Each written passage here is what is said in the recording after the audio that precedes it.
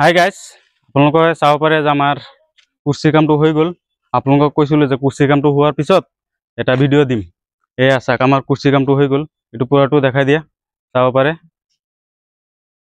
কিছুমানে যদি আপোনালোকে গাঁথনি কৰাৰ পাছত আপোনালোকে এইটো DPC ঢালাইটো দি ল'ব। এইটো দিলে আপোনাৰ কি হয়, মজবুতটো অলপ বেছি হয়। কিছুমান আছে যে আপোনাৰ এইটো ঢালাইটো নিদিয়ে, গাঁথনি কৰি দিয়ে। এইটো ঢালাইটো দি ল'লে ভাল হয়, যেনে বস্তুটো মজবুত বেছি হয়। এইটো চাব পাৰে, আমি এইটো এইফালে দিয়া নাই, এইফালে দি আছোঁ আৰু এইফালে দি দিছোঁ দুটা চাইড। এইটো চাইড আমি এতিয়া কৰি আছোঁ, দিম, ঢালাই বনাই আছে। আৰু আপোনালোকে যে এইটো ঘৰত কি কাম কৰোঁ নকৰোঁ আপোনালোকক দেখাবলৈ চেষ্টা কৰিম। আৰু এইটো চাব পাৰে যে মাজৰটো আমাৰ 5 ইঞ্চি মাৰিছোঁ। এইটোৰ ওপৰতে এতিয়া 3 ইঞ্চি গাঁথনি এটা হ'ব, মাজৰটো 3 ইঞ্চি হ'ব, বাহিৰ আপোনাৰ 5 ইঞ্চি আহি যাব। আপোনালোকে কমেণ্টত জনাব যে কামটো কেনেকুৱা হৈছে। যদি ভাল হয় এটা লাইক শ্বেয়াৰ ফ'ল' কৰি দিব।